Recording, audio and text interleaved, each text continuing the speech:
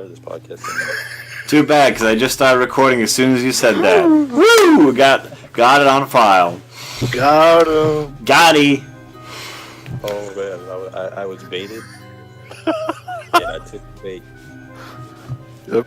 And now your balls are on screen. Oh man. All out there.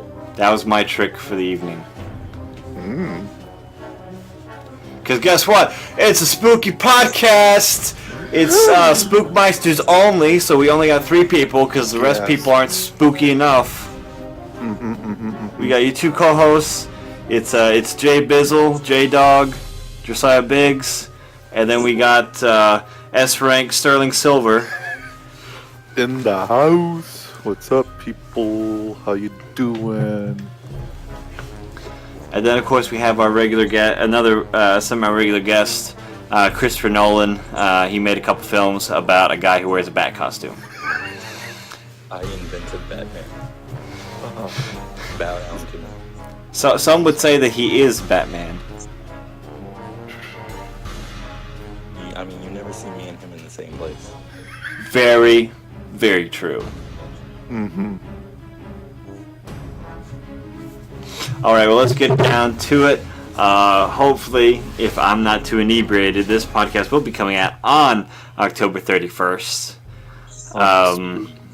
So what spooky things are we going to talk about today, gentlemen? Or rather, what spooky things do you remember we need to talk about today? Besides, let's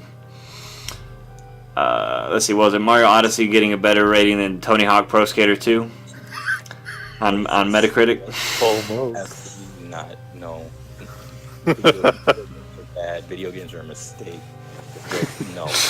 Reset. Press the reset button. Cancel video games. We gotta get to the CIA. We gotta go back in time and kill Shigeru Miyamoto. We have to walk door to door and pass out copies of Tony Hawk Pro Skater 2. We gotta wear suits and ride bicycles and say, "Hey, do you have time to play this game with me and learn the truth about humanity?" We need to ride those skateboards from Tony Hawk Ride. Oh gosh. Yes, we do. Man, I'm kind of sad that there's not any good Tony Hawk games anymore. There's not ever going to be another good Tony Hawk game. No. No. That's okay. But it is, but then it isn't though, because future generations won't know. No, it's fine. You just whip out that. Well, too. just gotta get those remasters in. Yeah, but I don't know. With like Need for Speed, like they tried to redo Most Wanted and they made it into an unplayable garbage heap. Yep. And Most Wanted was one of my favorite games for the GameCube. I like the GameCube controller because it's better for racing. That's not even a joke. You can fight me on that in real life. I'll take you on. But that's my childhood and I'm sticky to it. Okay. But no, it just I don't know. I wish there was someone to step up and make good skating games again. Because like they have that really good snowboarding game like SFX I think it is, or it's some SSX. Yes, SSX. And yeah, that was really fun, and that came out in like the last 4 years maybe. I don't know. It's just not a lot of like really big racing or just like any sort. I don't know. Not a lot of vehicle-based video games coming out. At least nothing like AAA, you know. Yeah, no. Not really yet. I mean, of course, it's going to be a new Forza, and it's going to be like the Madden equivalent of, you know, car racing. And it's going to be boring, and you're going to be on a track, and there's not going to be shortcuts, and it's not going to be killing people with your car. There's got to be more motor storms out there in the works. Yeah, just like like Twisted Metal, like all these great franchises just kind of like sighed, you know, and just never came back. Burnout Paradise. Ooh. They can't put loot boxes in those. Exactly. But no, I mean, I don't know. I think that's the scariest thing of all for me right now. Is that because I really like that because you can pick it up, put it down, and you know, it's I don't know. Just the old Need for Speed games are so much fun, especially with like the single player and everything like that.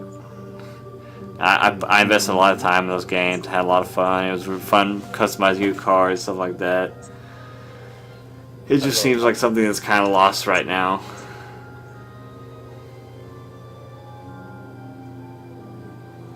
I guess. I mean, Don't everybody answer at once. But so I'm on episode 4 of the new Stranger Things now. And man, oh man, are they just cranking up everything? Like it's so far it's as good as the first one, maybe even a little better, because you don't have to be introduced to all these new characters. does it feel like a deserved sequel, or does it feel hammy? No, it feels good. It feels like it's solid 80s. Besides some of the over the top like 80s references in like the background. Oh, like they played one of the original like Terminator commercials on the TV, and they had like a whole bunch of the old like jingles and stuff like that I've only seen from like home recordings of like Star Wars, you know. Yep. And stuff, you know, like little stuff like that. Then like every once in a while you see like a movie poster. Like I think in the first series they had one for The Evil Dead, which The Evil Dead was not popular. They didn't make posters of The Evil Dead until it became a cult classic. Like you wouldn't have a poster of The Evil Dead in the 80s. And besides like nods like that, you know, it's still very nostalgic. Like even the money, like I noticed, like when they went to the cash drawer and had the awesome shot, and I looked down and I was like, that's old money. Like that's the old like big old 5s, big old 10s, you know. How that balloony. And yeah, I mean it feels good. The characters still feel like the characters for the first one.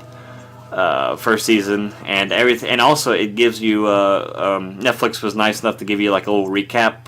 I think it's like 3 or 4 minute recap, just in case you haven't seen it in like a couple years, like I haven't, and to remind me what these people's names are, because I completely forgot almost all their names. But no, besides that though, it's doing a really good job. There's some twists and turns here. Things aren't going exactly the way I thought it was, and it's not the same old story they're trying to rehack towards, just a little bit different either. So far, episode 4, got 5 more episodes to go. We'll see how it goes to the end, and I'll give my full report at that time. But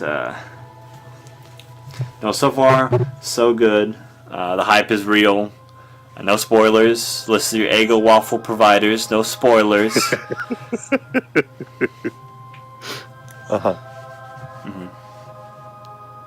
If you spoil me, I'll spoil you and get you a marvelous Christmas present.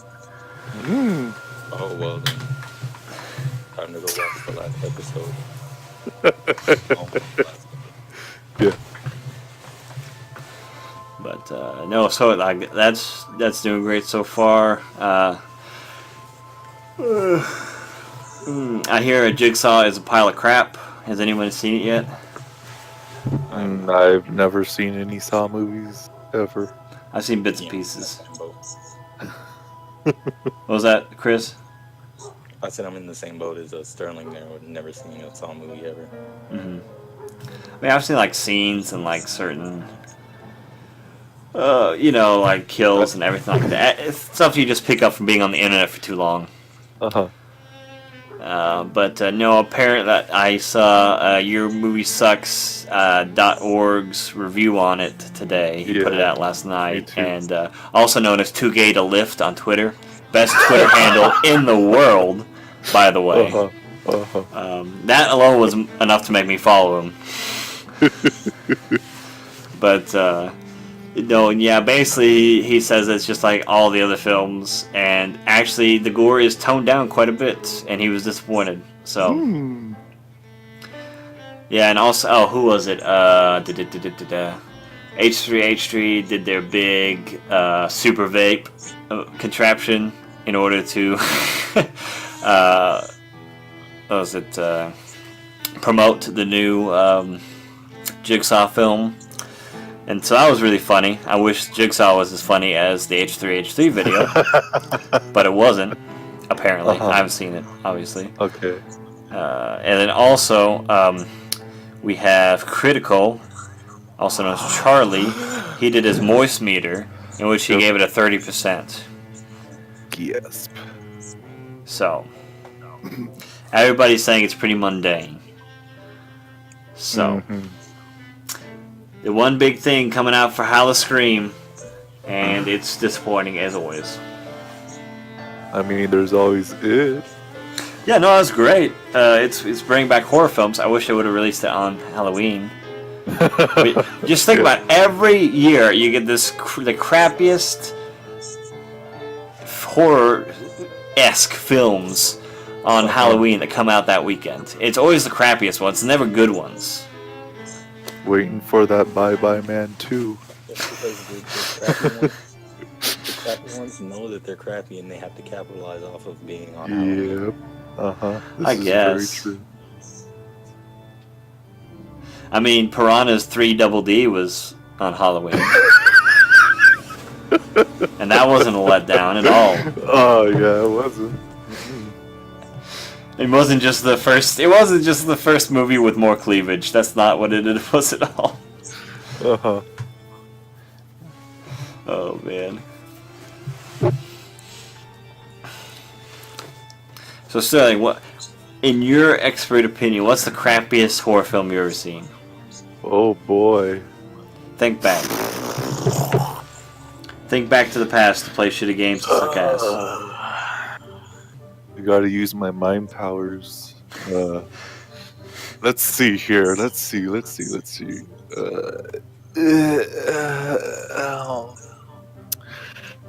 Let me use my magic ball. That's clearly not something I totally wrote out or anything of that ilk. He's gonna check his list of bad opinions. He only has 2 text files in his documents. It says good movies, bad movies. Good movie is blank. Oh boy. Curse of Chucky, that one. Oh, the one that was straight to video? Yeah. Yeah, I didn't even know it came out until Facebook showed me an ad for it. I'm like, what the hell is this?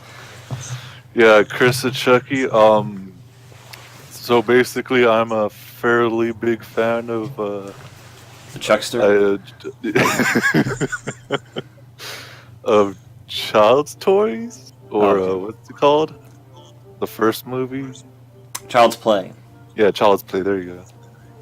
I was a very big, huge fan of that first movie, and then the second movie, which was like, oh wow, this is actually all right. And then the third movie is like, oh, this is just gonna be like this kind of thing over and over again. But then they went haywire after that, which I was just like, what the fudge sickles is am I watching? And then like the last, I guess, 2013, I think, Curse of Chucky just went like the worst movie I've ever seen almost. That's like every kind of horror element that you can think of like, oh hey, we got to make this movie good. So what do we need? Let's have a whole lot of inconveniences and conveniences all the way up. Like, let's just put in super extreme lesbians in there for no reasons. Oh no! Oh yes, that's the worst movie I've seen. You jog my memory. It's Lesbian Vampire Hunter. I have been meaning to watch that for a while. It's terrible. It's not even good. It shows you like titty once. Wow. And the sword looks like a cock. Oh. Hey, we're full circle to the car. Uh-huh. Yep. So let me just save you that heartache. But yeah, Curse of Chucky, pretty much a huge waste of time for everybody involved. Even they got the original actor in the first movie to reprise his role and just explode feces all over himself. And yeah, quite the spectacle, I must say. Sounds amazing. But not the spectacle that you should see. That's about all. What about you, Chris? You got any bad horror movies in your mind that you... Man, because I haven't watched a lot of horror movies. I haven't even really been into horror movies until very recently. Like how recent? Like last week? Yeah, like when it came out. That's a good time to start.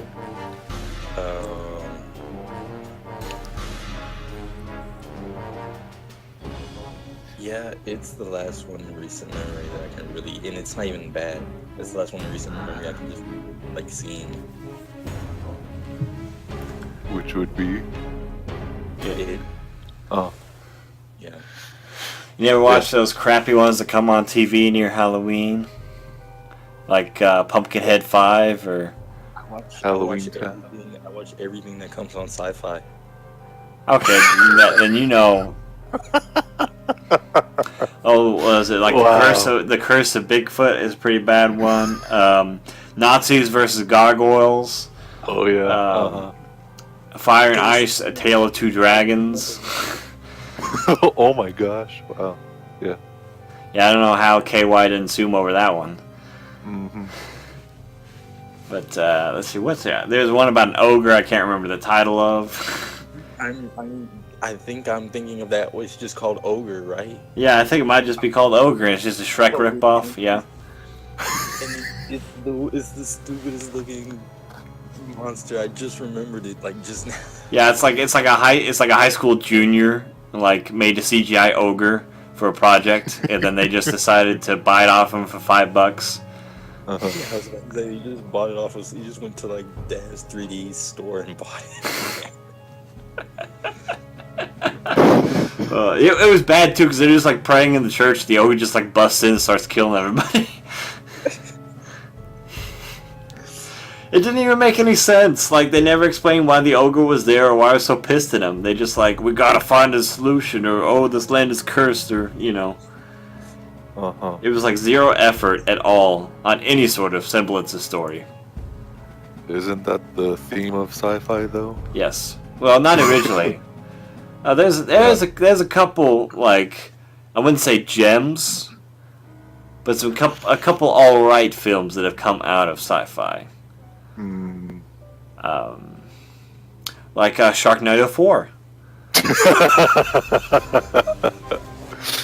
Yeah. No, but really, no, there was one. There was like there was a werewolf one that was pretty all right, about like Past Lycan Way or something like that. It was about bikers and werewolves, and that was pretty all right. It wasn't amazing by any means, but at least it had some decent practical effects. Let's see, there was one other. They started out like trying to do really nice, bigger stuff, and then they moved down to crappier, cheap stuff. There was one about a wyvern that was all right as well. I remember watching that one. They had a whole bunch of dragon ones on one year, where they just was like dragons here, dragons there, just like going dragon crazy for like a year or two. There was a lot of crap that came out of that one too. I don't know. Maybe sci-fi gave the idea to Netflix to greenlit anything that comes by its way. But at the very least, they did come up with Tripping the Rift, so all is good. Most You know importantly that? is that they play anime early Saturday mornings. Anime you can't find anywhere else. Well, they had it late at night for us, but yeah, Sci-fi plays anime? Yeah. they used to. Yeah. Oh, used to. I don't know if they do now. I don't have Sci-Fi Channel anymore. Okay. Oh, they play Twilight Zone throughout the night, which is, I mean, it's good. I'm Yeah. not complaining. Yes.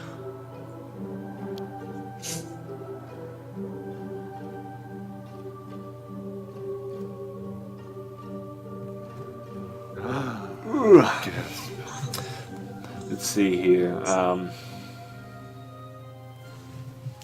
Oh.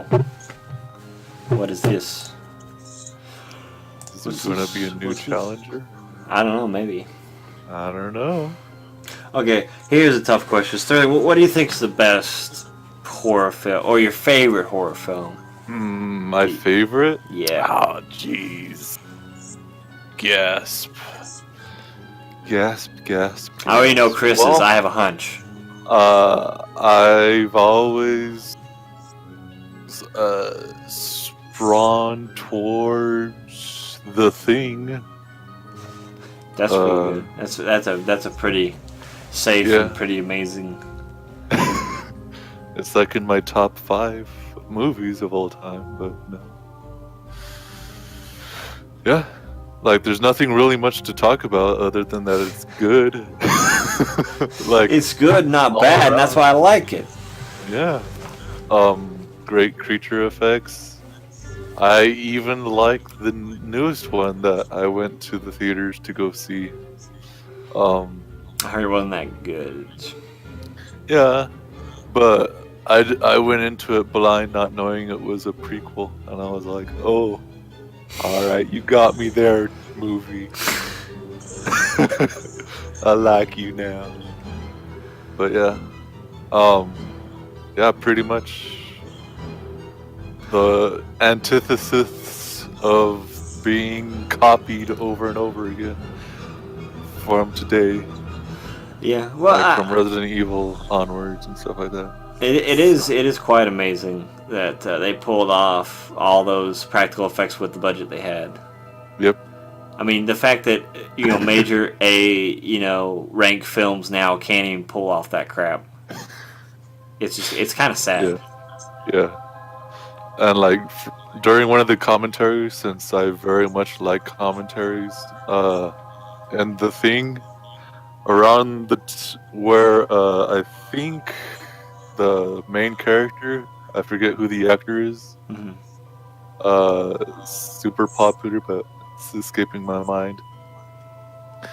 Like they had to throw an actual grenade at one point in the Oh, movie. jeez. And in the movie it's caught like where he throws it, and like 1 second later, like right after he throws it, it explodes, and it captures his actual fear of like, oh, Cracker Jacks, am I gonna die? And he just like goes off on that.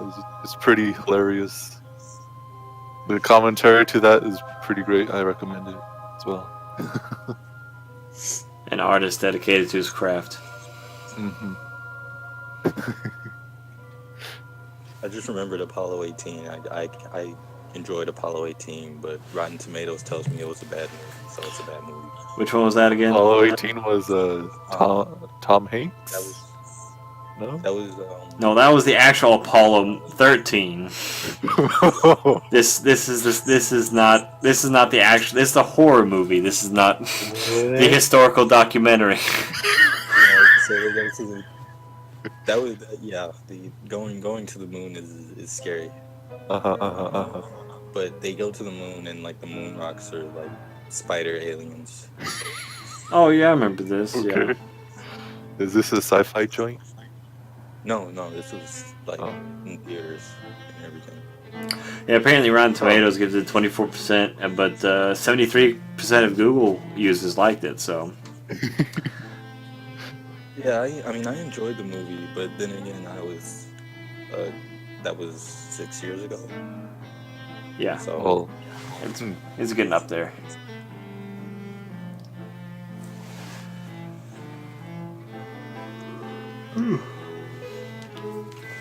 let's see. I'm gonna have to give it. My favorite is An American Werewolf in London. Oh, that's pretty good. I mean, I really like, like the whole Evil Dead series, but I really treat that more as a comedy than an actual horror. Yeah, me too. So, although I will watch it on Halloween. But no, yeah, An American Werewolf in London was like the first film that really like scared me, like gave me really nasty nightmares. Plus, but isn't that also treated like a comedy as well? Well, not so much as a comedy. I wouldn't say. I mean, it has some maybe one or two funny bits in it. I think people take it as more of like a philosophical movie. Okay. Well, yeah, I mean, he's talked to he sees all the victims, like after he kills them, he has that like sight or whatever. And that's the funny bits. Okay. Let's pretend there's not some super serious situations and dialogue with some of those. Yeah, man, that's what makes them funny. You know what's really funny, guys? Being ironic 100% of the time. Yep. That way no one can tell when you're really in pain or not. Just the way I like it. But, no, besides, giving me the Fright Nights. That's also a really good film. A Fright Night. Mm-hmm. It's a great 80s film. It's one of the best bats in cinema besides Graveyard Shift. Alright, so is every movie with zombies, is that just considered a horror movie right then and there, just because zombies? There's that one where that zombie falls in love, isn't there? Warm Bodies? Yeah, Warm Bodies. Yeah, that's not a horror film. Okay, I'm just saying because I just remembered this the zombie movie that I saw, and I didn't really think of it as much of a horror movie, but I look it up and it's like, yeah, it's a horror film. Not really. What's the title? The Battery. The Battery. From 2012. Very, very well made indie movie. Like probably the best made indie movie I've ever seen.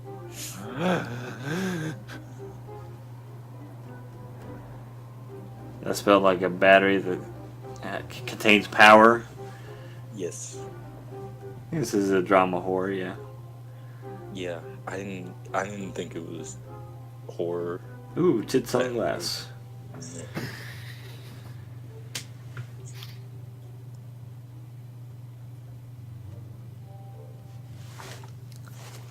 Let's see here. But yeah, oh man, like it's not Dawn of the Dead. It's pretty good too. Anything. Which one? The real one, the original. Yeah, because that other one is just like, why? R.I.P. George Romero. Uh-huh. Hopefully he'll be back someday. He's one of his favorite people. A zombie. But, I've always been a fan of Day of the Dead, though. yeah, Day of the Dead is really good, too. They have that one bit in the Gorillaz album where they just use the opening monologue. Yeah. That's about it. Yeah, I like that George Romero film that's based off that Gorillaz song and not the other way around. Yep. Mm-hmm.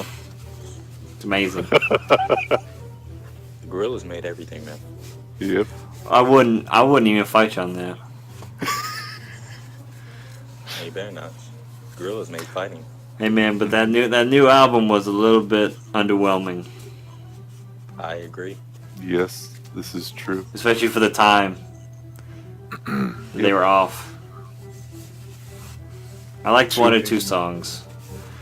But There was like too many, I guess, stars or featurettes or whatever you want to call them. Features, yeah. Feats. Call them biz.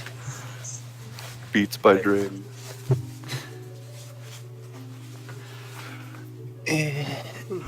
Dios mío. Oh yeah. We got that new challenger. Is he coming in? We're gonna get another guy to liven up this place or not? I don't know. So, Chris, we've done this a couple years, well, 2 years to be exact. But what's your childhood Halloween experience? Because I know Sterling and I have talked about ours a couple times. Uh-huh. What are your Halloween traditions? What did you do as a child? I just dressed up and went door to door. I remember one time, and this was at the edge of me being I'm too old for Halloween. Yeah, so last year? Yeah. I didn't get a costume, and I was it was around the time Assassin's Creed came out. And I was I can just put together, I got 2 white jackets. I can just have one jacket and then tie the other one around my waist, and I'll just be Assassin's Creed, man. And I ended up just wearing one jacket and not tying the other one around my waist because I didn't want to. And I remember going around telling all my friends that, and then just showing up places and not doing that at all. Well, you got candy right though. Yeah, absolutely. I got candy. Mm. What was the best thing you ever got? Do you remember?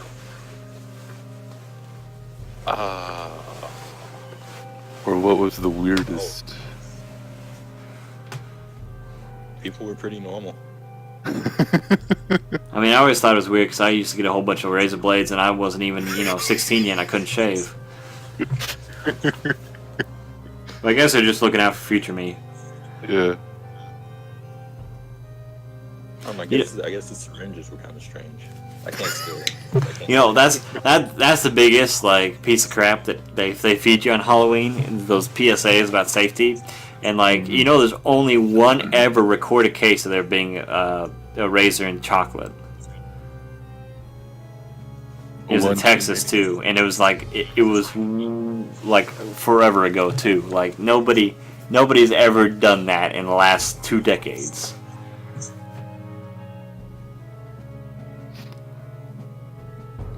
Until now. I make it my mission, my creed. I just hand somebody a Snickers and there's a giant hole in the bottom of it where I stuffed in the razor blade. Inside the Snickers bar, you drilled a hole into the Snickers bar. Uh-huh. Oh, what's worse is that they tell kids, oh, watch out for this color candy because it's going to be ecstasy, or watch out for edibles. I'm like, nobody's going to be handing out free drugs. Mm-hmm. Yeah, pay for that shit. Unless they're really, really cool. Unless I can just grab you. I mean, but edibles take time. Mm-hmm, mm-hmm. Chloroform doesn't. As you know, Sterling. Yes. But, it's going to be nice, though. I live right next to an elementary school. And, literally, it's just a block behind my house. And, it's, we always get... First Halloween, we moved into this house last October, and my roommate thought that, oh, yeah, we won't get any kids. We never got any kids in my house. I'm like... You're on the county line. Mm-hmm. Everyone around you is just dying or about to be dead. It's of course, and you didn't live near any schools, so of course you don't have any kids that ever come to your neighborhood. Because we had 20, 30 kids come last year. So, and I was smart enough to buy candy on my way home from work. I'm like, oh yeah, we need candy, or else the kids are gonna hate us and air our house. And I'll have to clean it up. And so I got it, and he was like, oh, I'm surprised we ran out of candy, blah, blah, blah. I'm like, hey, duh, there's an elementary school right behind us, half the neighborhood's kids. But you should make an obstacle course for those kids to go through so they can get the candy. Only the worthy kids will get the candy. I'm not sure. There's a way you can really spook people, and basically what you do is you drill a hole in a mouse trap right under where the bar swings down and supposedly catches the mouse. What you do, you drill a hole in there and you put a bullet in that hole. Okay.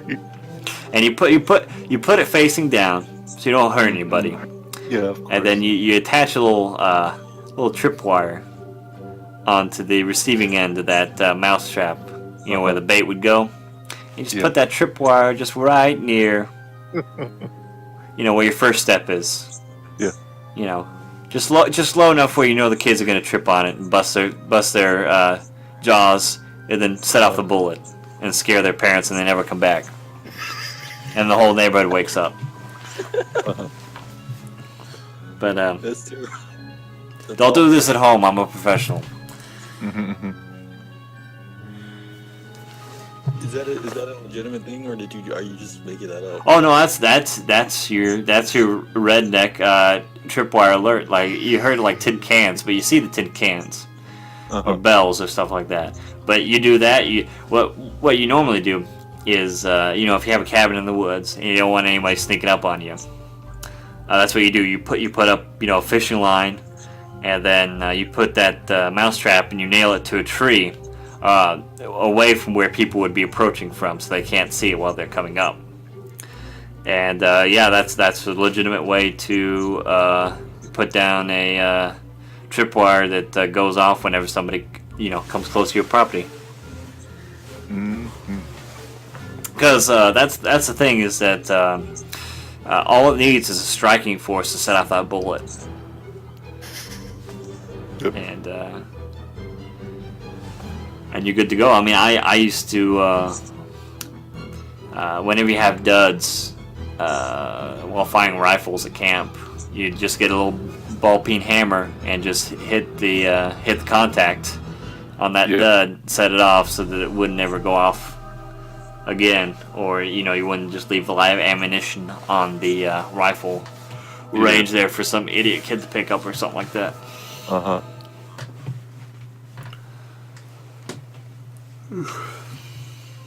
And now we're going to tell you how to make napalm out of a couple ingredients you can find at your house.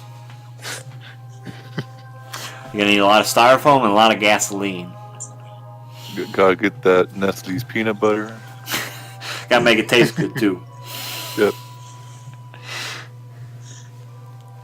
So what? Drain the peanut butter, all of the oil. Speaking of peanut butter, what's your favorite candy bars, boys? Twix. Twix, alright. Left Twix in particular. Yeah, gotta get that left side, none of the nasty right side. We all know what goes on in that right factory. Absolutely. Ain't nothing good. It's honestly a disgrace to America. It is. I'm not even sure if that factory is in America. Well, it's a disgrace to America. Sterling, what's your favorite Gas. candy? I'm gonna say the Three Musketeers. Really, all nougat? Yeah. I'm not really a huge That's candy bar guy. I'm more of a Skittles and Jolly Ranchers boy. I didn't say candy bar, just what's your favorite candy? Oh. And Skittles all the way, boy. Okay. That's much more Sounds good. normal. I thought I was going to have to stop being friends with you. I'm like, nougat, really? The only candy bar to be suggested to females as a diet candy bar. Remember those commercials? Where it would just float out of the purses? Oh, yeah, I do, yeah. Yeah. That was weird. It's like, how bad are your sales that you have to try and convince people to diet candy bars so they buy more?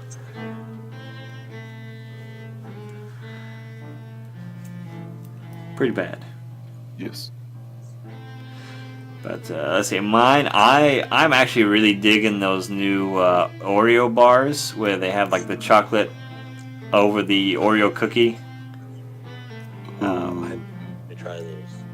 Yeah, they were really good. I really like them. In fact, I have a couple in the fridge right now. What are they called? Gosh, I can't. Give me 1 second here. Oreo candy bar. Hello. ¿Qué onda? ¿Qué pasó? Yeah, it's basically just called the Oreo chocolate candy bar. Huh. That's weird.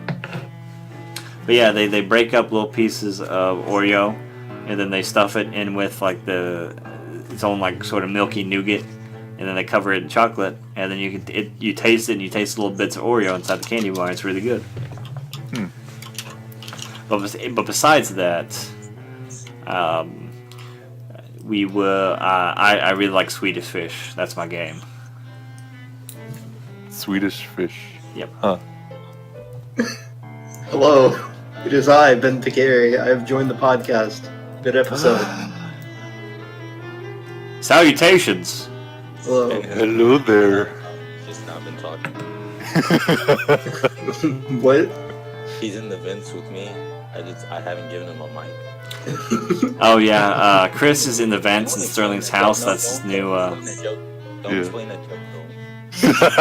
No, but I gotta be like Rick and Morty and be really funny. Explain all the really smart jokes so all the stupid people get them. Oh, topical. I don't care about anything, Morty. It's my personality. It makes me smart. I'm an asshole because I'm smart, not because I'm a broken human being. I mean, I'm pretty sure that's like the whole point of the show is that he's doing it ironically, but Yeah. holy fuck, the fans are insufferable. No, it's so hard because like I really did like that show when it first came out. Yeah. You know, switching gears here to Rick and Morty because it's pretty topical, like Sterling said. But the fact that it's now like starting to explain like some of the jokes in the show and people still think it's funny when they do that, and I'm like, why? Yeah, give an example. This just in, we lost half of our audience. give an example. I still like the show. No, I really do like the show because I like Justin Roiland and I like Dan Harmon a lot. Yeah. But every once in a while they'll drop a joke and then Morty will, like Rick will say something like this and and then Morty will like explain it or have somebody else explain it to him, like a side character will explain it to Morty. You know, stuff like that, and it's their way of like walking around but still explaining the joke to people who don't pick up on subtle things where the subtle joke was really funny at first, and then you're like, ugh. I mean, it doesn't ruin the show, but it's like the only show on TV that can get away with that. I think I get what you mean. Like the bit where he talks about it, he's just like, I think that's retarded, and Morty's just like, whoa, Vic, you can't say that, and he's like, well, why not? And then he gives him that whole spiel, and then he goes, that's retarded. I think that they kind of saved the joke at that point. Yeah, no, they're really good about bringing it like back up, but still, it's like, it's so funny that like the Rick and Morty fan base thinks they're so smart, and then they still some of the jokes still have to be explained to them, you know? Yeah. But I don't know. Once something gets so popular, they start have to broaden it a little bit. You know, it just always happens whenever investors get touchy. When something gets so popular that autists on Facebook make characters from the show their Facebook profile picture, and everything that they post is, and they have like Facebook fan pages and shit. That's when you know that your show has gotten popular and that your fandom has gone to hell. No, the moment you know that your fandom has gone to hell and your show is too popular is when they start comparing current politics to your show and nothing else.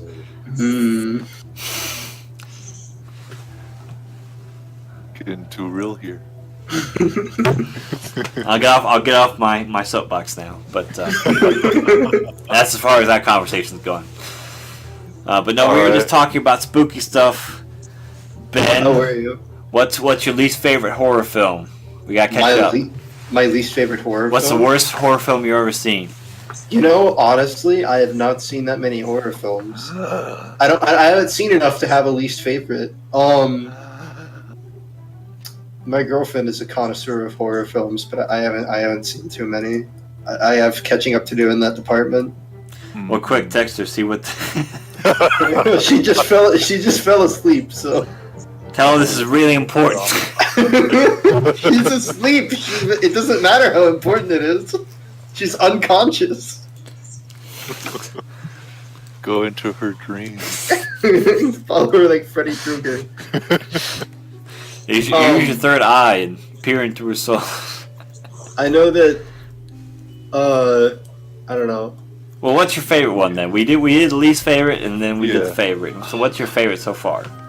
Oh man, that's also really hard. 'Cause, again, I haven't seen many horror things. I do have a favorite horror game, Okay. which is it actually came out recently. It's called Observer. Have you guys heard of it? Oh, yes, I have. Yeah, I heard of it.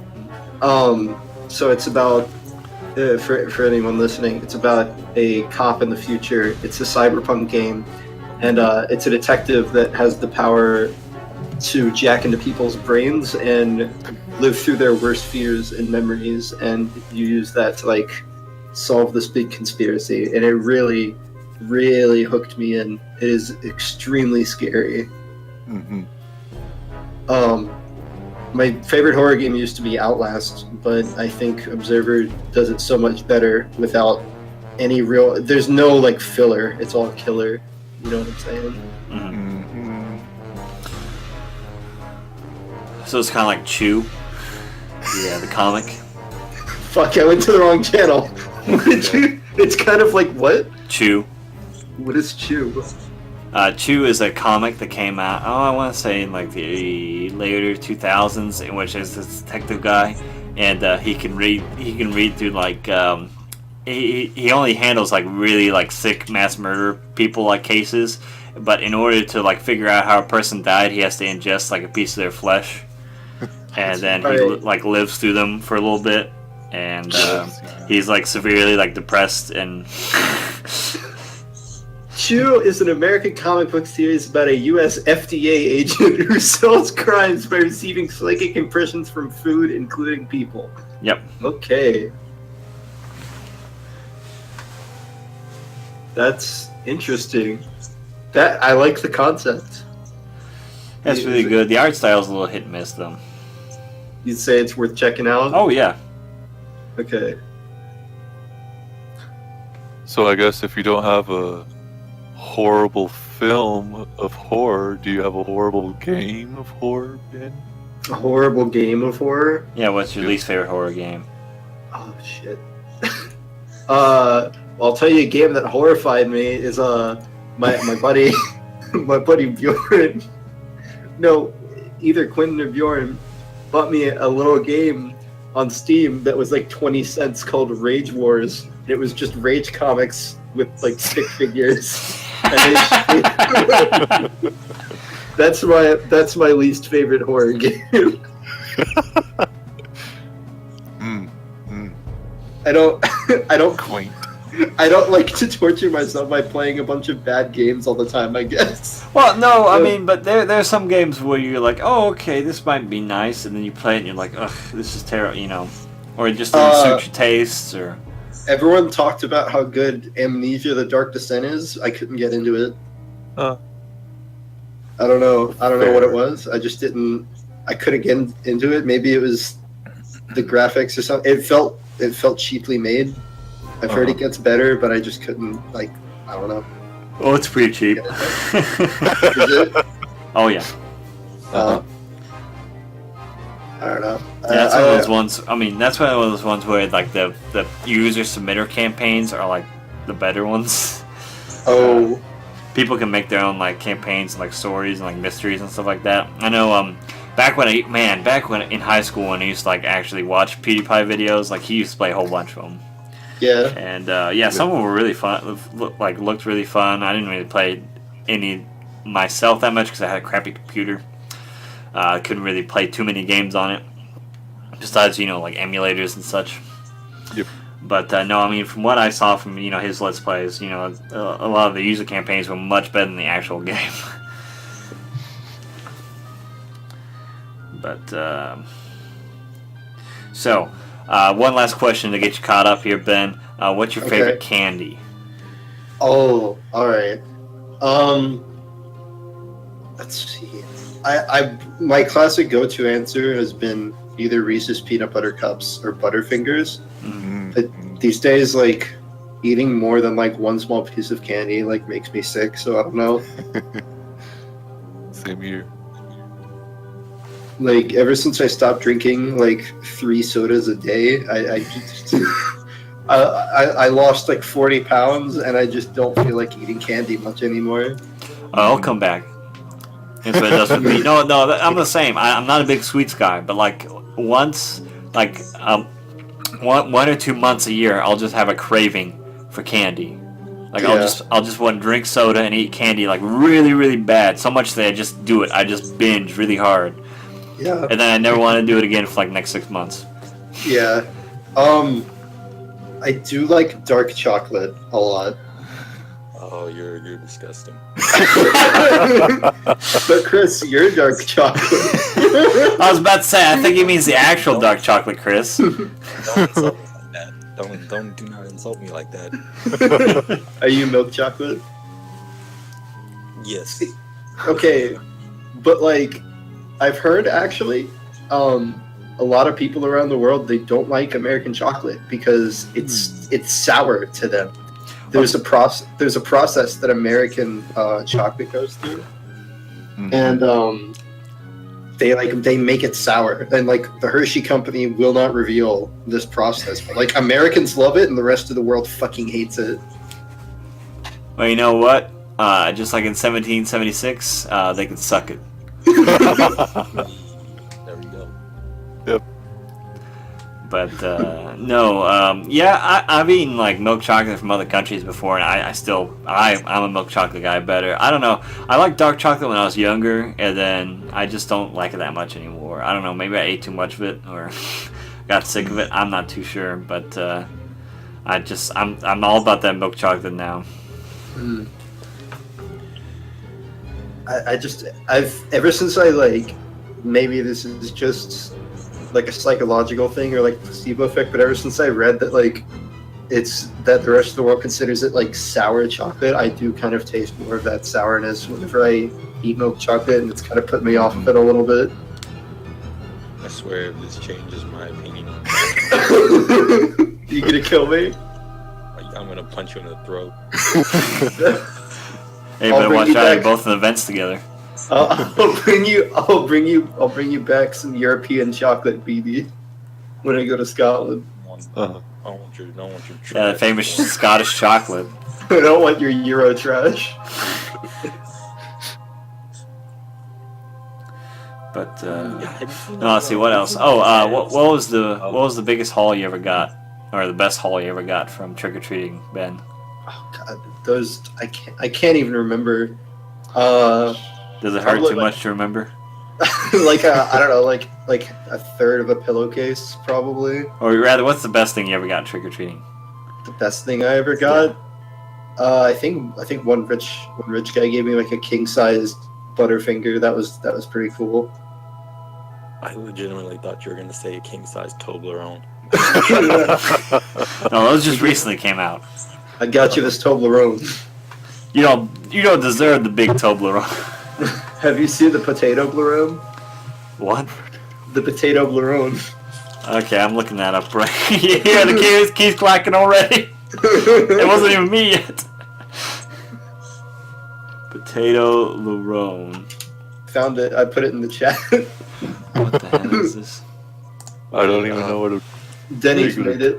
Tobler. Denny's made it. Why? It doesn't even look fried or edible. It just looks like a regular potato in the shape of a Toblerone. Just an oddly shaped potato Blerone of Denny's. Oh gosh.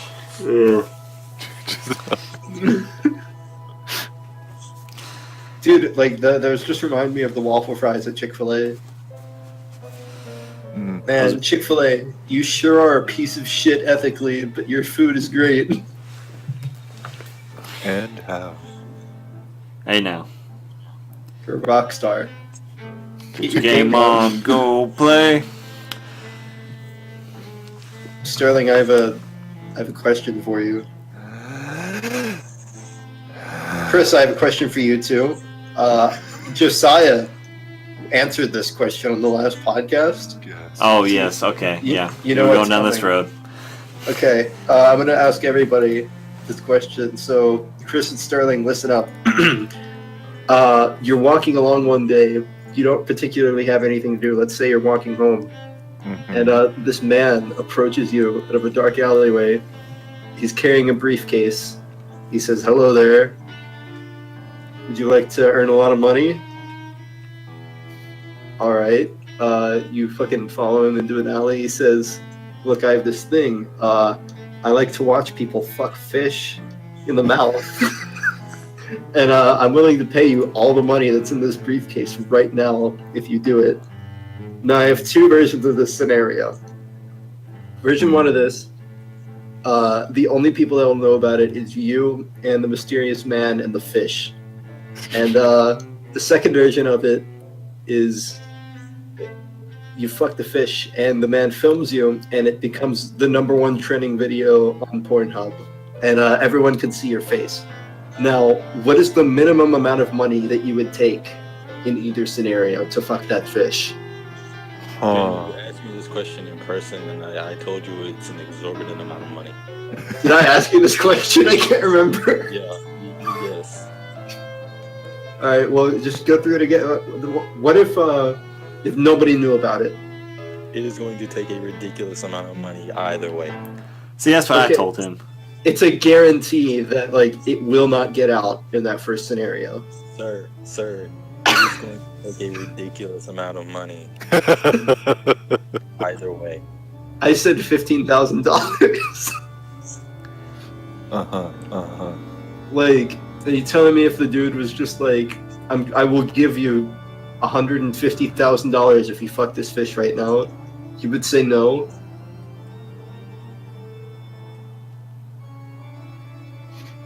Would you say no, Chris?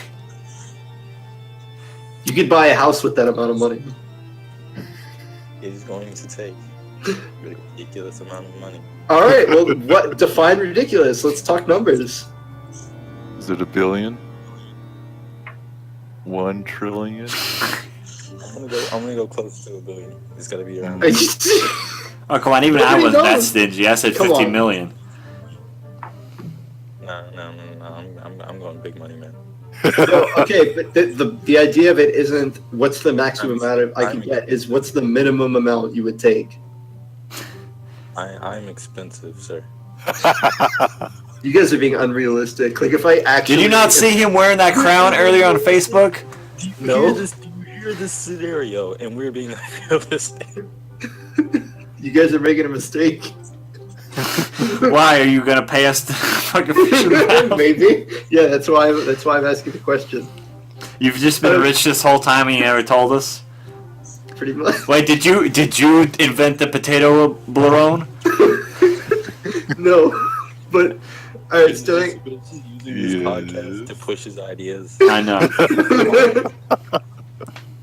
Listen, if anybody listening wants to make some money and wants to give me a boner while I watch them fish, it's easy money. All you have to do is fuck a fish to completion until you come. Okay, it's not hard, but I will be. This whole situation is a boner. Sterling, what's your answer for scenario 1 and 2? What's the least amount of money you'd take?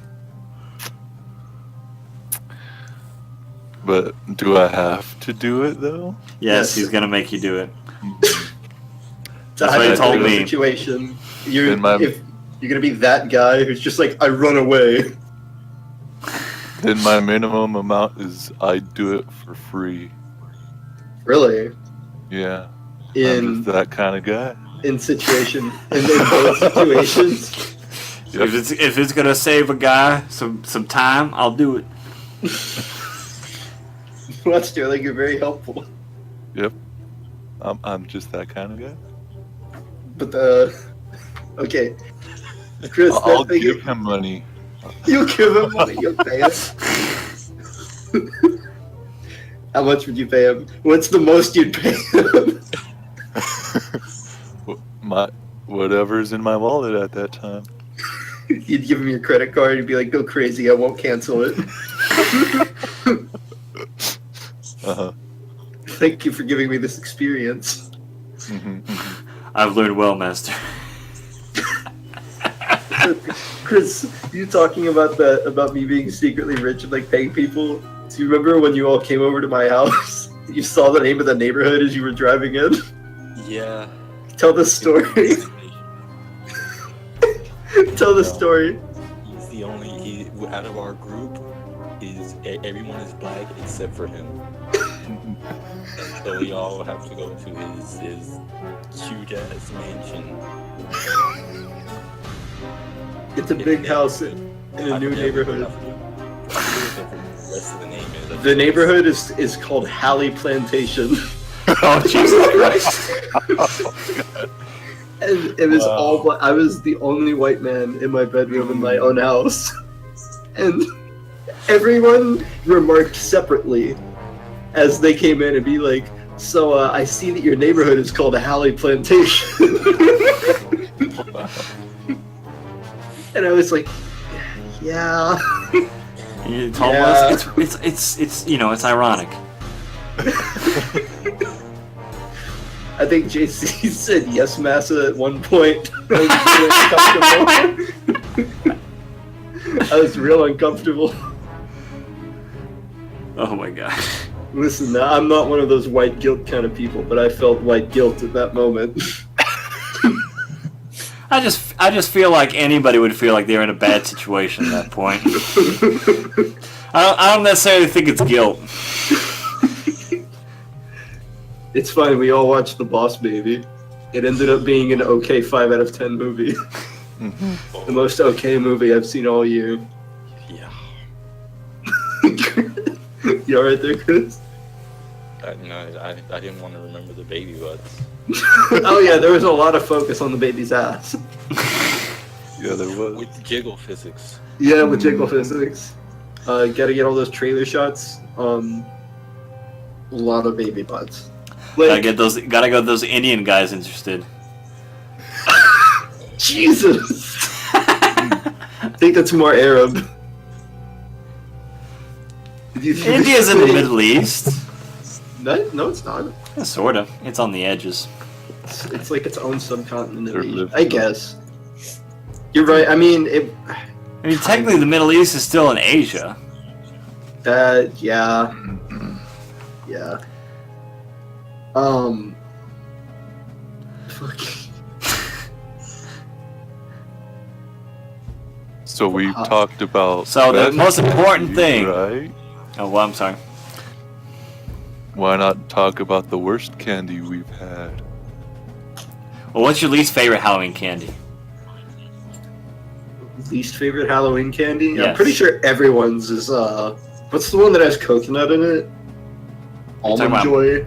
Almond Joy. I love Almond Joy mounds, man. I don't know what you're talking about. You know what? Anything with coconut is disgusting. I won't even lie. I haven't even tried Almond Joy in like 10 years. I'd probably love it now. Now it's got that sour milk chocolate on it. Yeah, I don't want it. I don't want the sour chocolate. No, I didn't like Almond Joy mounds when I was younger, but I like them now, so it kind of forfeits it. I mean, I don't eat them all the time. I'll occasionally have it, but like when I grew older, I like coconut pie and coconut like cream cake and stuff like that. Coconut oil. You just eat spoonfuls of that. Rub it in your hair. Coconut butter. Just lather it all over my body. Use it for lube. It's natural. Mm. The Hawaiians did it, so. The Hawaiians did it. That means it's a good idea. My least favorite Halloween candy is toothpaste. That's strong. You ever get toothpaste handed out to you? No, Oh, I was lucky enough. Never. I had friends who did, but I never got it. I got a tube of toothpaste from a dentist that lived nearby, if I recall correctly, one year. But that's how you know he's real. Like, he's a real dentist. He doesn't give you candy on your way out of like his office.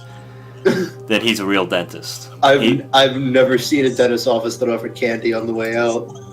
Oh, I've been to a couple where they have lollipops at the reception desk, and I'm like, I kind of look at the receptionist, give her that glare, you know, like, are you peddling this? You want me to come back here in a couple months? Yeah, dude, what's it called? They create a problem where there was none before. Like they sell the problem and the solution. Yep. They got locked down. You know. But no, I think the worst. Oh man, the worst Halloween candy I got. Somebody gave me those stupid circus peanuts once. Oh boy. I've never had those. They're disgusting. They taste like styrofoam. They look like styrofoam. For all intents and purposes, they are styrofoam. But what's the texture like? Is it like a packing peanut? No, it's not. It's not exactly like a packing peanut, but it is like. Oh, what are those things called? You know that little foam that comes on like newer electronics? It's like really flexible and it's like sleek. The sleek foam, like sleeves that you pull new laptops out of. Kind of. It's not really like a foam, but it's like a. I don't really know how to. I do think I know what you're talking about. Yeah, it has that texture. Yeah. Chris, I'm hearing echo from like other people. It's us. It's just a couple seconds delay. Don't worry about it. Oh, okay.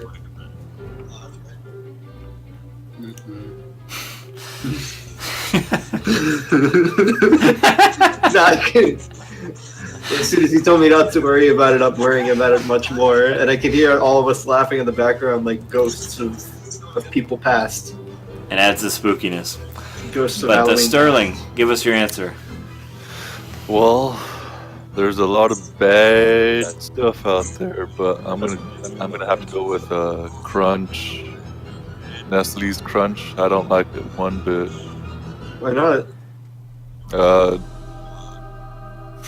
I don't like the grittiness that crispy rice stuff. Yeah. Chocolate. I don't. There's just something about it that I'm like, oh, I'd rather have something else. Thank you. That's I've never heard anyone answer that. That's interesting. I mean, Crunch is all right. It's not. It's like base tier. Yeah. But like that's like where my start of disliking candy bars comes from. It's just like, no, don't like it. Rather just have my Skittles, thank you.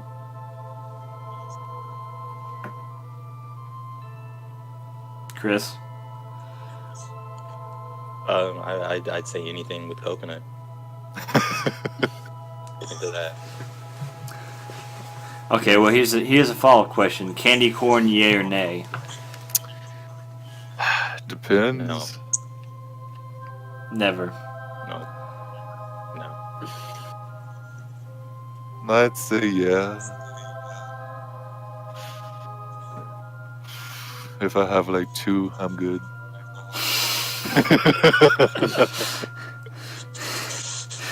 You got your fill for the day. Yeah, for the year. I have sexual one. Ben? What? Candy corn, yay or nay?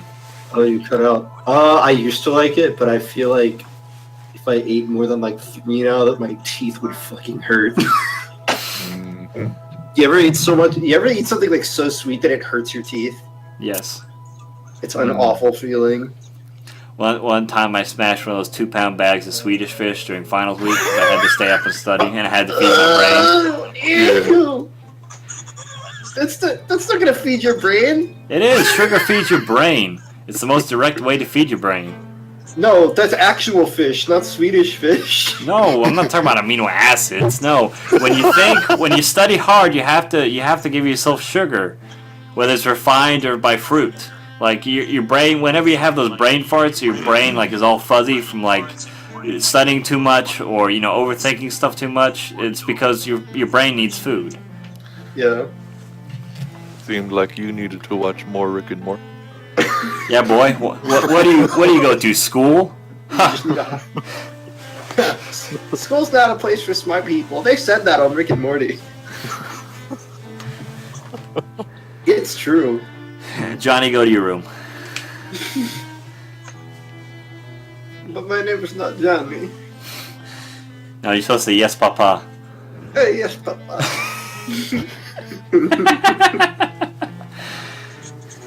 Have you ever seen those? That reminds me. Have you ever seen Johnny, Yes, Papa? Yeah, that's the whole thing, because we were talking about eating sugar earlier, and then you said Johnny's not my name. Are you telling lies? No, Papa. Oh, Papa. Dude, those. Okay. Those Indian, like, subtitled nursery rhymes or whatever. Yeah, the YouTube nursery rhymes are so strict. Oh, I gotta link you something that somebody made one for Mario, like Super Mario. Oh, there's like 10 billion for Minions too, and like all of them have over 1 million views too. Every single one of them. Yeah, it's ridiculous. Edit this Twitch clip if you can into the podcast because it's just fine sauce. And he's like, I found this today, and I'm not sure what it means.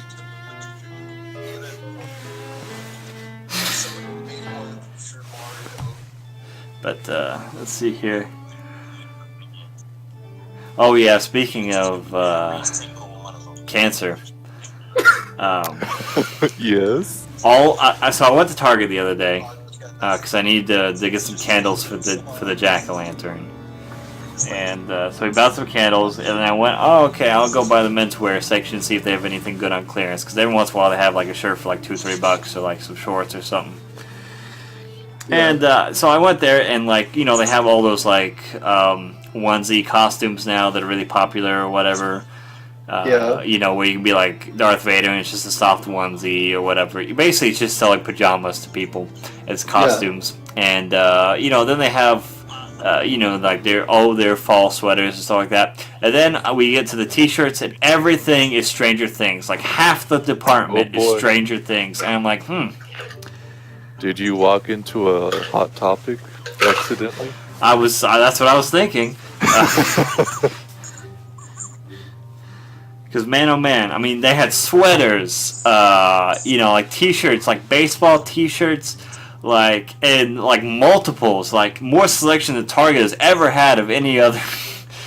Like when the Deadpool movie came out, there's a whole bunch of like Deadpool t-shirts, but I mean, Stranger Things just blew it. There was a whole wall of just Stranger Things stuff, and I was like, wow. Honestly, it's a good show. I could see whether there'd be a lot of merch for it. I'm thinking that they may have put down some cash for Stranger Things. Yeah, you fucking think it's like one of the only good Netflix exclusives besides Cards. Their like stand up. Oh, House of Cards is a Netflix exclusive. I didn't know that. Yeah. Oh well, all right. There's like a few amazing like god tier Netflix exclusives, and then the rest of them it's just like they literally don't know how to say no. They're just like, yeah, we'll give you your own show, but it's like, what is this?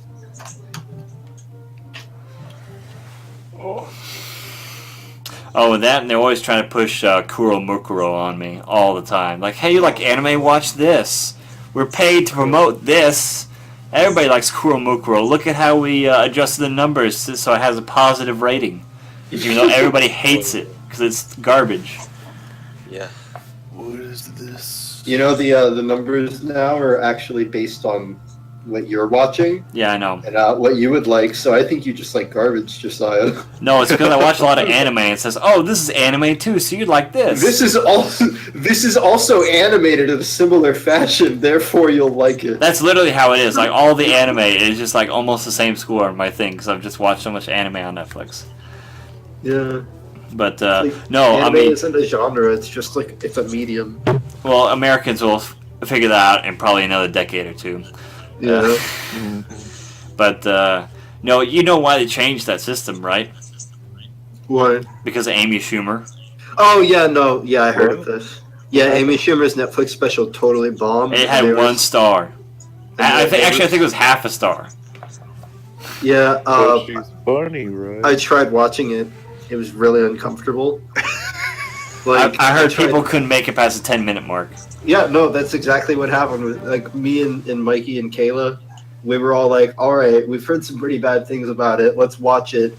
we were 5 minutes in, and she just started talking about her vagina, and it's like, all right. Like, it's not a joke. Like, we didn't laugh. She just like, you ever have bad sex? And it's like, I mean, yeah, you know, that's a thing that happens. Life sucks. Yeah.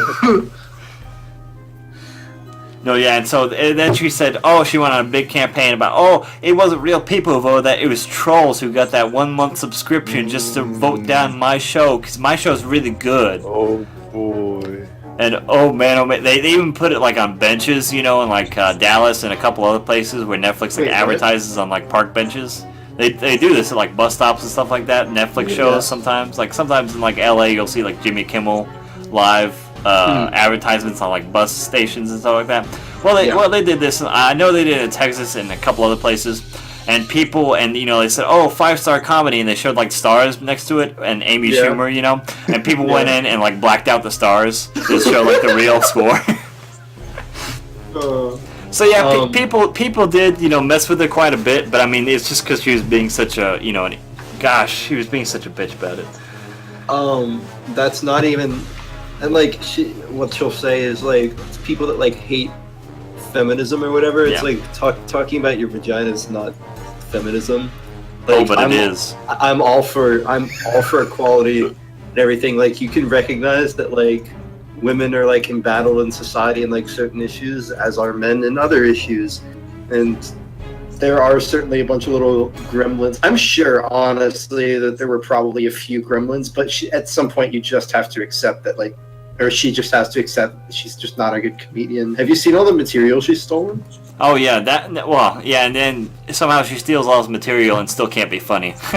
Yeah. But, no, like the funniest thing was that she tried to, you know, cry sexism because what's his name?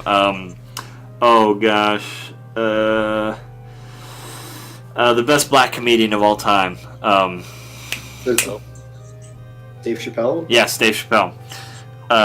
Because he got paid more for his comedy exclusives on Netflix, and she started crying, sexism, and he's like, everybody's like, he's like, I've been around for a while. Yeah. It's like he just came out of like almost a decade hiatus, and everybody loves him, and he's actually really funny. And people were demanding this for the last decade. I read an article saying that he just got up on stage at a show and just like sighed for an hour. I bet it was fucking hilarious too. Then I actually read the article and people were like actually upset because he sighed and he was like checking his phone constantly. Wait, what? What's the backstory on this? Is this real? I don't know. I would actually be pissed. I saw a headline that said Dave Chappelle sighs for an hour in comedy. I'm like, that's probably good. I think watch that. That probably feels like an Onion post or something. Yeah, I feel like that's an Onion article. I'm looking up right now. I'll be right back, by the way. I'm gonna go grab my dinner from downstairs. Okie dokie. I can't find anything on it. Did you just get hit with fake news, Chris? Maybe, but I'm okay with that. I typed in Dave Chappelle sigh, and first thing I get was something from news.abclub.com, and it says the headline is Dave Chappelle tells similar joke and stands on stage and sighs for 45 minutes.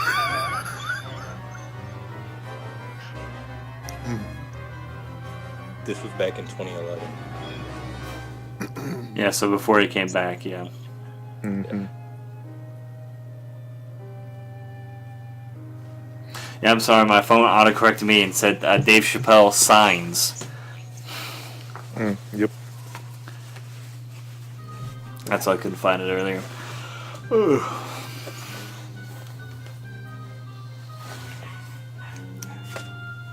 So You know what's really sad is that I can't find any adult chocolate milk in my area that's being sold. Adult chocolate. It's a chocolate liqueur in which the Normal Boots gang, when they had Thanksgiving that one year together, all the Normal Boots guys got together except for Peanut Butter Gamer. who was out in Norwood Woods at that time.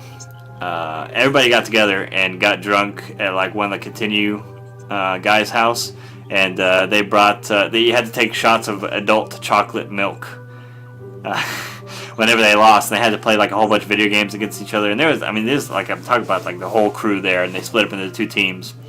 Eventually, they got chocolate milk wasted, and apparently, it's the worst hangover any of them have ever had in their life. And I've been trying to find some to get chocolate milk wasted eventually, but I can't find any sold near me.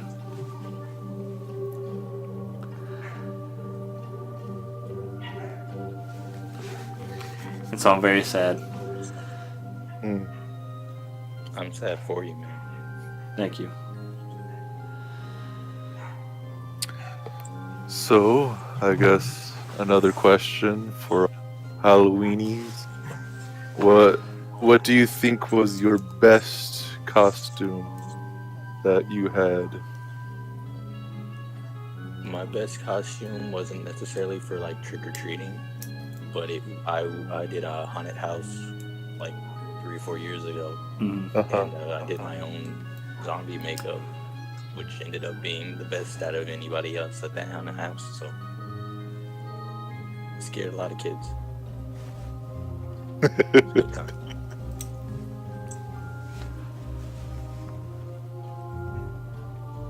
Just yeah. I don't know. I don't know. I've never really been big. I mean, Mom used to dress me up when I was younger, and then I usually just like buy a mask. Never really wanted to go overboard. I guess I do have that skeleton morph suit. And so usually I just put on a pair of like sweater shorts and or sweat shorts and a hoodie, and open the hoodie up, and then just wear that with the stuff to be like cool lounging skeleton man. That's about as far as my devotion goes. You mean Skullmania? Yeah. Exactly. I have like a whole bunch to choose from, mostly from when I was like 5 and younger, but jeez Louise, see here. What are we talking about? Best costume you ever worn. Costumes. I was dressed up as Buzz Lightyear. With the whole freaking window thingamajiggy helmet. No, I don't think that I had a helmet. It was just the not with the actual like window helmet, but it did have like the purple like morph suit part that like went over his head. Not the actual dome though.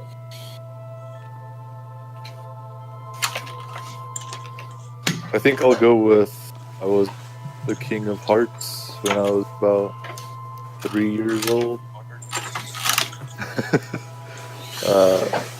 Pretty much just like dressed up like pretty much like shot for shot. So you're talking like the Alice in Wonderland King of Hearts, or the like actual card? Actual card. Okay. Oh, Yeah. that's an interesting costume. Yeah. That's one I remember, and I even have pictures from. So it's pretty good. If I ever show it. Well, speaking of Halloweeny, what sort of toppings do you like on your Halloweeny? Toppings, what? Yeah, your Halloween hot dog. You know, everybody boils hot dogs on Halloween.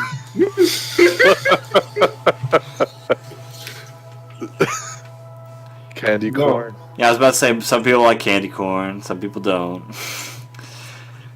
Some people make some people make sauerkraut out of gummy bears. Ew! What's wrong with you? You just shred it up. You don't actually like make sauerkraut out of gummy bears.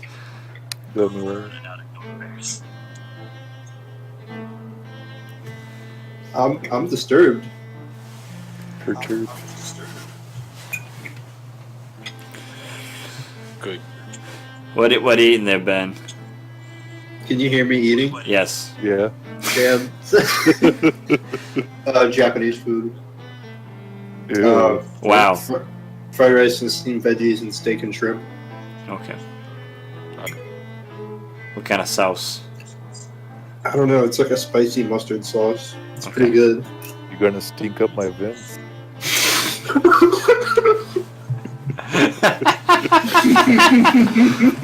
Oh my gosh.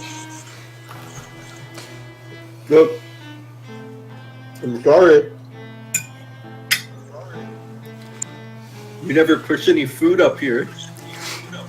Okay, I had to fend for myself. I collected a whole bunch of different things that I found on the vent and I fried it up. When you turned on the heat, I just held it really, really close to the heat and I cooked it that way. I'm not sharing any with Chris either because he called me a butt. Mm.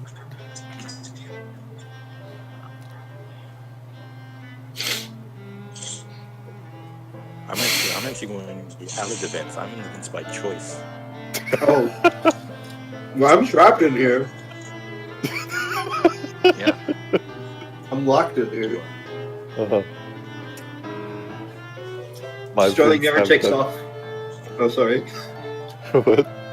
Sterling never takes off that red mask. I still haven't seen his face. What red mask? I'm trapped in a home with a serial killer. That's an alleged serial killer, thank you. I'm pedophile. Well, at least I don't have vents. He's good there. At least it's not a vent boy.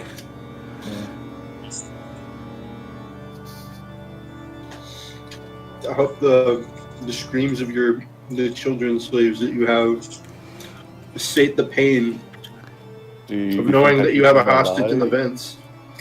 Well, they taste the pain.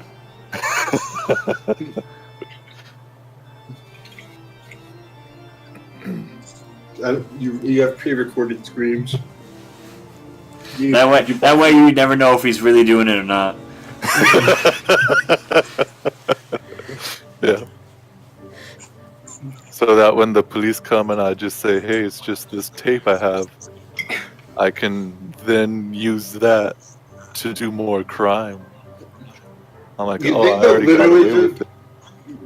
You think they'll absolve you of that? And you'll be like, no, it's a pre-recorded tape of children screaming. You'll be like, oh, my mistake, I'm leaving. Yep. I see holes in your plan. It's my homemade recording of children screaming. That's a family heirloom. It's my homemade recording of me laughing maniacally as I chop children's fingers off with a pair of pliers. My mistake, sir. You have a good day. Make sure those kids check their Halloween candy for razor blades. Yes. They More should. importantly, check your Halloween candy for Beyblades. That's the last thing you want in your Halloween candy. Yes. That's when you really get the love, is when an old lady puts a Beyblade in your bag. Is that a euphemism for something sexual? No, she says, here, Sonny, here's a custom cruiser. Let it rip. Alright. Thanks, Grandma. I'll put a Beyblade in her bag, you know what I'm saying? There's a little thing too. Whoa. Oh, that's a little too spicy. Not my Christian podcast. The saintly and The saintly angelic. saintly angelic fastidious podcast. Oh, faithful. Faithful. I meant to say faithful. The saintly and faithful podcast.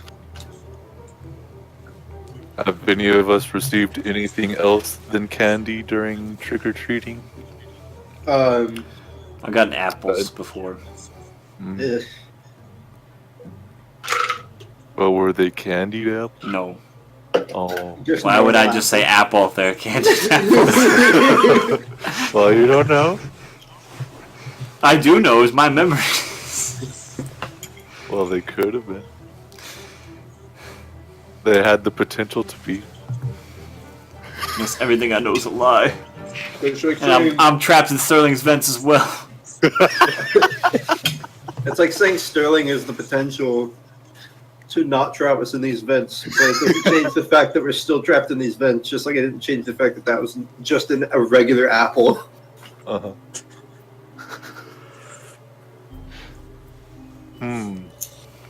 See, Sterling. I think I wa- Oh, I'm sorry, Ben.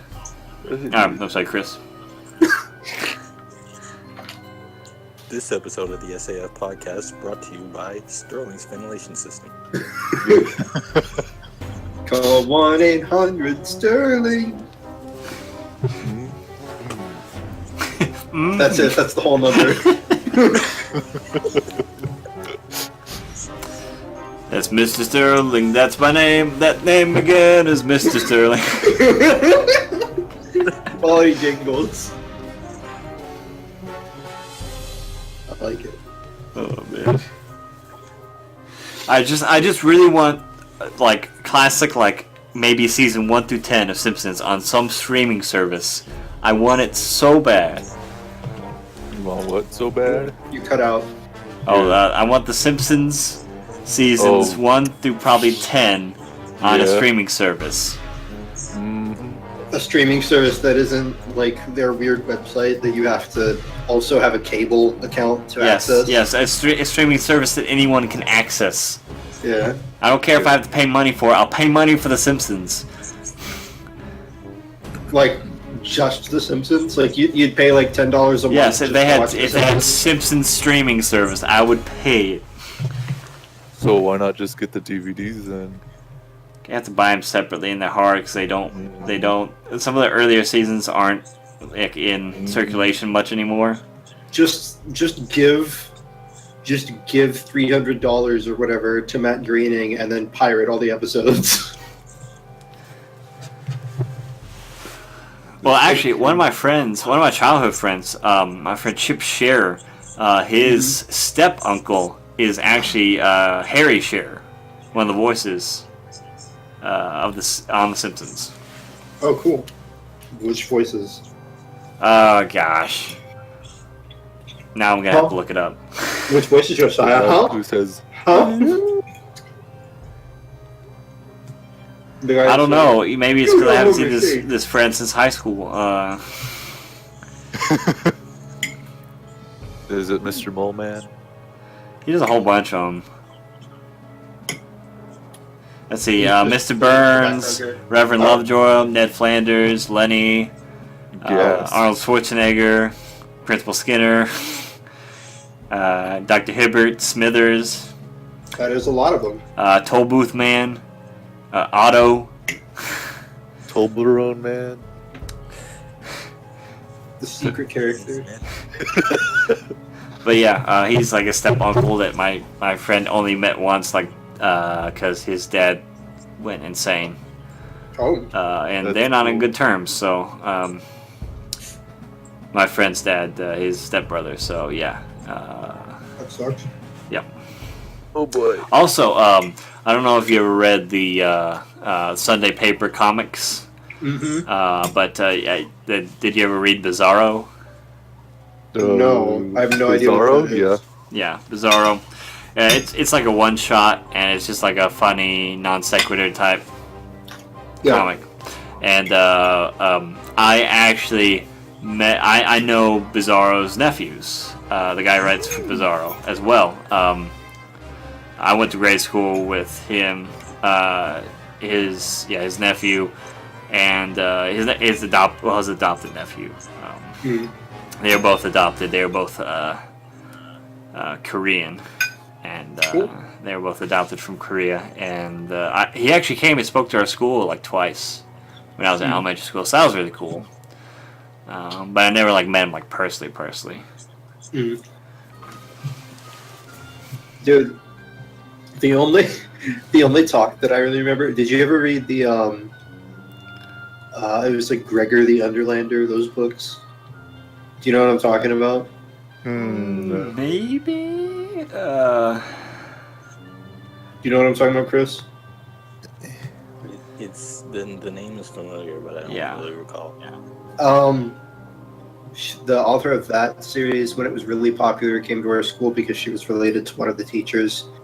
But then there was like a children's book author, and like he came to the school and like all he talked about was just like, don't become a children's book author, you make no money. he was like, do you think that I make a lot of money from this? And everyone was like, yeah, I mean, probably a reasonable amount. And he's like, no, I don't do it. That's all I remember. Oh man, I remember our local library had this guy, and you know, it was like after Harry Potter came out, and so like magic was like a big thing. So everybody was writing about young wizards, you know. Mm-hmm. And so there was this guy who like did this like spin-off. It wasn't like a copy of Harry Potter, but it's kind of in like the same fantasy realm type area. Yeah. And it was like something in the mythics of Fu or Foom or something like that. Oh, and he came and he was like super excited to talk about his book, but yeah, like his book flopped, and like this is early on his tour, and like nobody remembered him. And I think I had like a signed poster like from him. Like it was kind of sad, like looking back at it. He was a really nice guy. Like he came up and shook everybody's hand. I think he was just like too eager. I mean, he was a real eager beaver, you know. It's really sad that happened to him. Yep. One of the casualties of the great fantasy book war. The great young adult fantasy book war.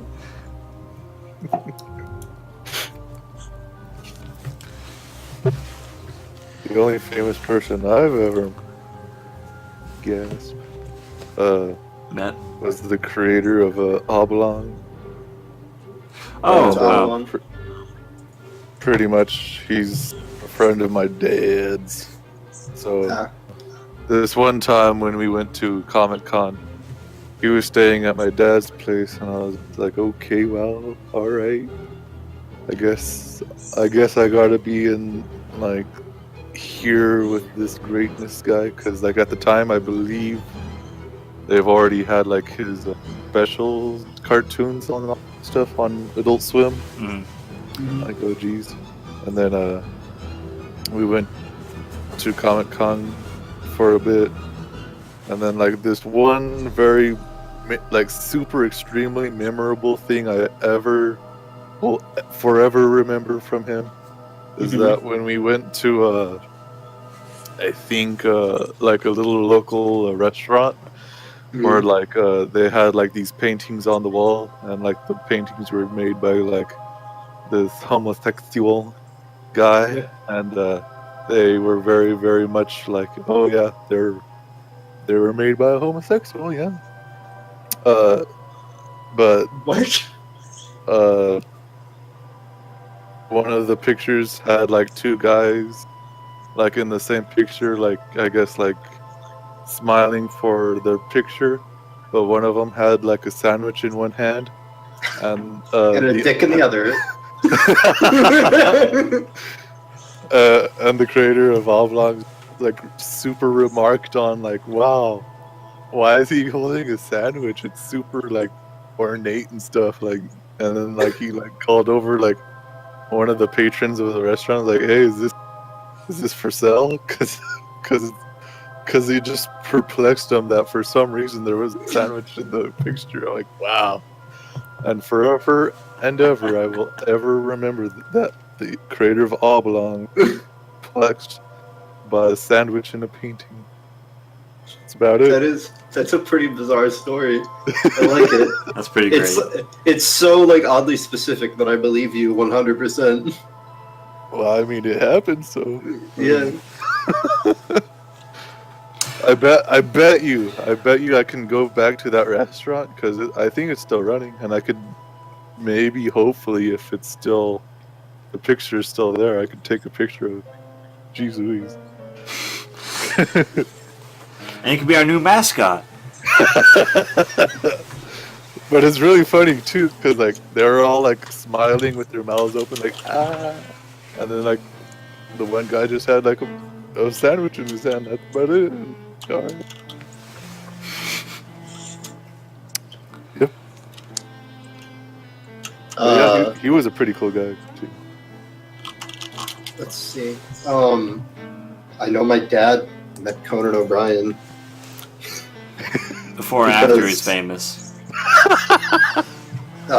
When he was famous, because they were on vacation somewhere, and actually, I guess I was technically there too, but I was a bab. I don't remember it. Mm-hmm. So they were just all in the pool, and they just saw Conan O'Brien walking by, and apparently my dad was like, he said to his dad, he was like, "Hey, look, that's Conan O'Brien." He's like, "No, it's not." And then he yelled, "Hey, Conan!" And he like turns around, and he's like, "Do I know you?"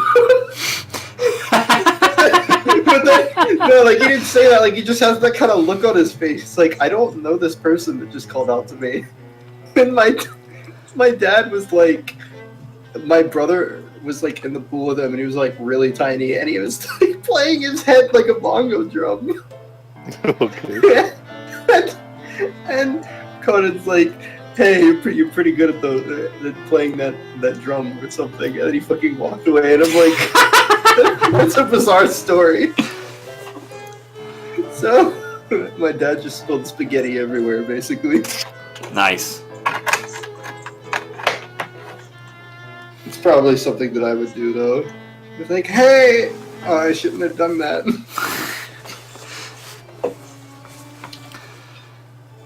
Now, see, the only other, like, I guess I know him by proxy. My dad was college roommates with the father of the group Hanson. Aaron Hansen? No. Gam Groom? No, not Groom Gramps. The Bop kids. Bop Kids? Hanson, the band. I've never heard of this band. You've heard their song. It went platinum in like 13 countries. Have I heard the song, though? Bop doop dap a doo dap doop dap a doo. Yeah, I heard that. Yeah. I heard that. Okay, yeah, I guess. They had like two hit singles, and then the rest was okay. It was okay. But yeah, so yeah, they came out of my hometown, and my dad, slept in the same room as their dad. Mm. And I met him like once when I was really young before they were famous, Nice. but never again. Because they weren't famous after that. They're still on. Actually, I think they're doing another tour this year. They're still putting on music. It's not as popular as they used to be. I've been retweeted by LP and Killer Mike, so I'm basically best friends with Run the Jewels now. Fuck Killer Mike? Damn. Yeah. Well, actually, all right, Killer Mike. I don't think Killer Mike. He didn't retweet me. He just replied to me, but LP retweeted me. Hey, it's close enough, man. A response is something. Yeah. Dude, I'm still salty because in high school, there was a term paper that I had to do, and I waited until the last minute, and it was on the night of a free Run the Jewels show in Memphis, and I didn't get to go. Ooh. I'm still kicking myself for that one. Yeah.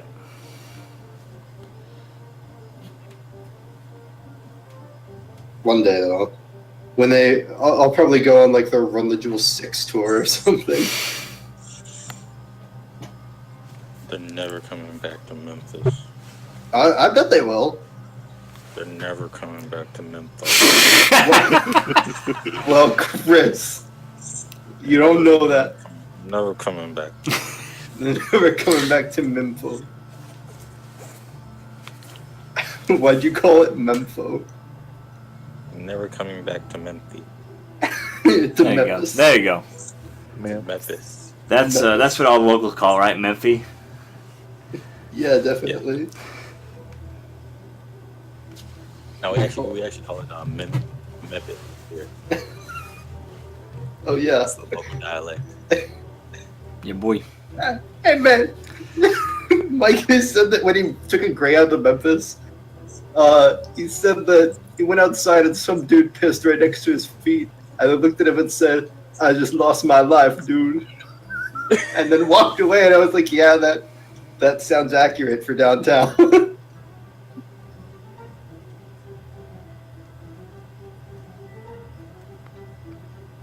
Sorry, I just got a text from my roommate. Unacceptable. You're not allowed to talk to anybody. We not good enough for you? Nope. He's saying, "Where are you?" Understand. And I said in Sterling's vents. Live from inside of Sterling's vents, it's the SAF Podcast with your host. Saying, you're in Sterling's Mints too? I mean, to be honest, we're the number one rated Harambe only podcast. What does that mean? What do you think it means? We're good at something. Don't know what it is, but it's something. No, seriously, my old college roommate sent me a car sticker that says Harambe. It's like 1997 to 2000. What was it, 15 or 14? Oh, it was great. You guys remember that meme that died immediately? Rick and Morty. Eddie, take your pick. Oh man, what was that? Let's talk about forced memes. What? There's a couple big forced memes recently. I can't remember.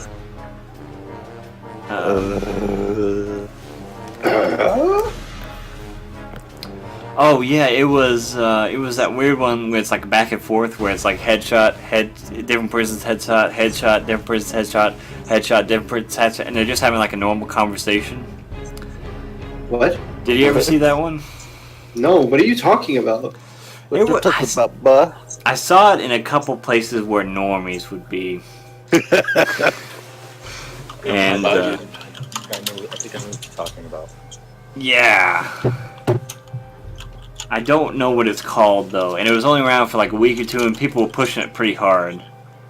Because I think there was this guy in a Ruby group that I'm in who would do those.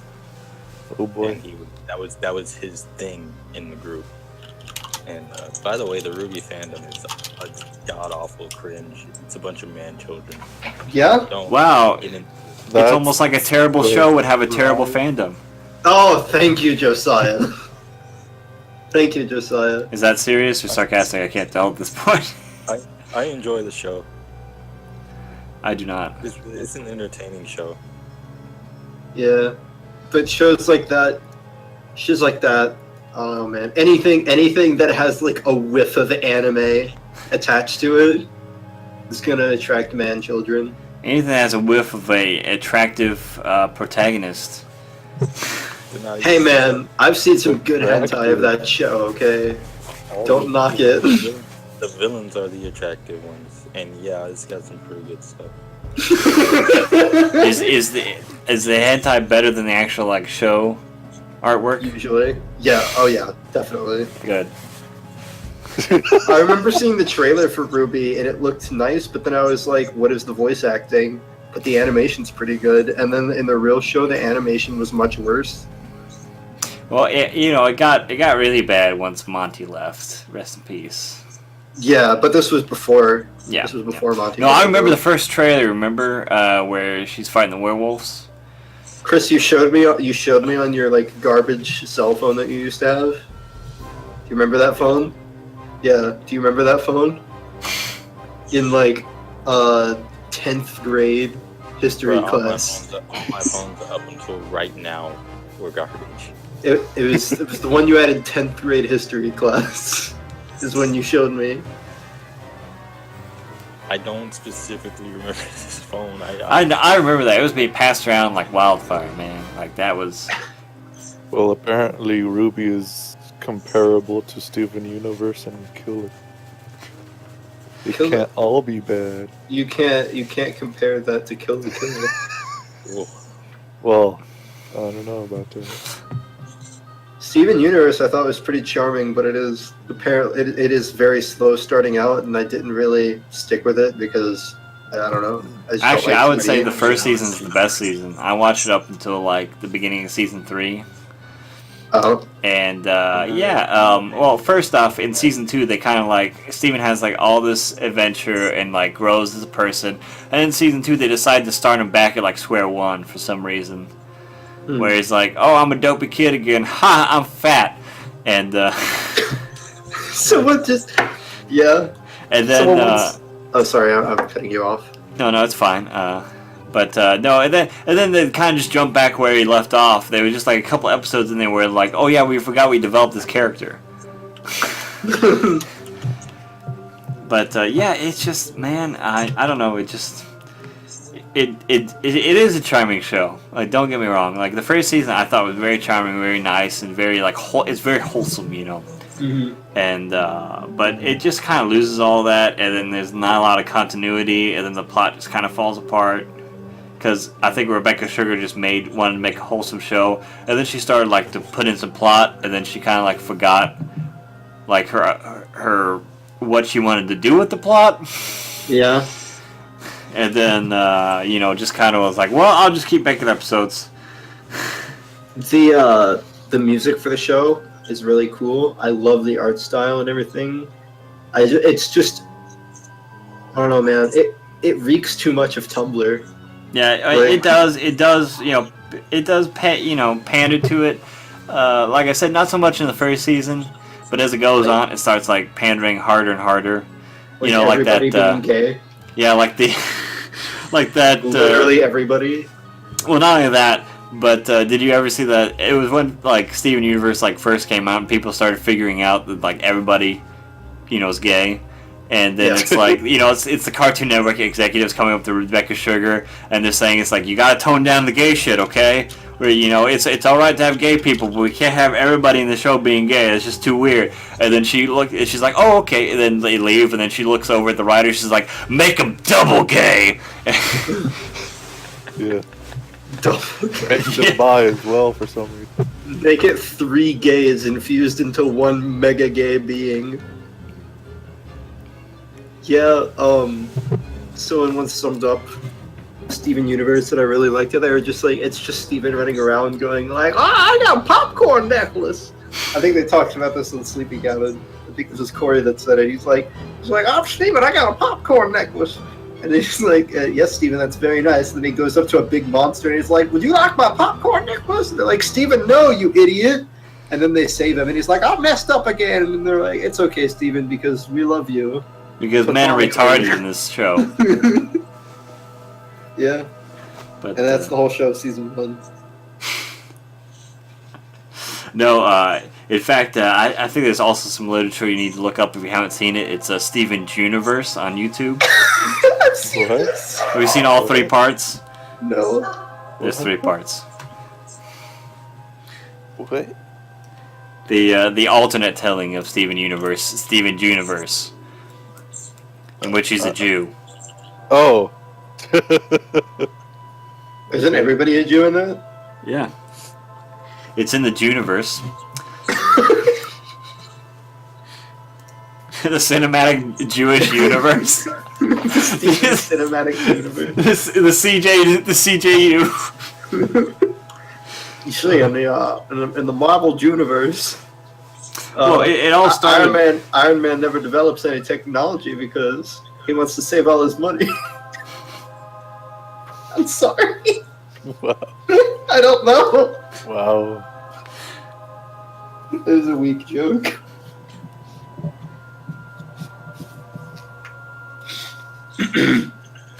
Just cut that part out. Nope, it's saying I don't want to cut parts out. This is like unneeded or like silence.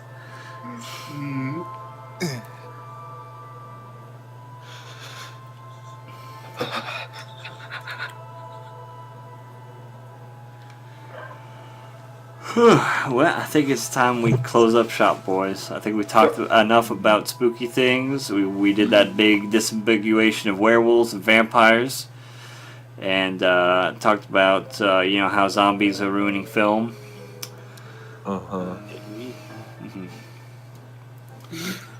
Chris is like asleep right now. You shouldn't sleep in the vents. It's bad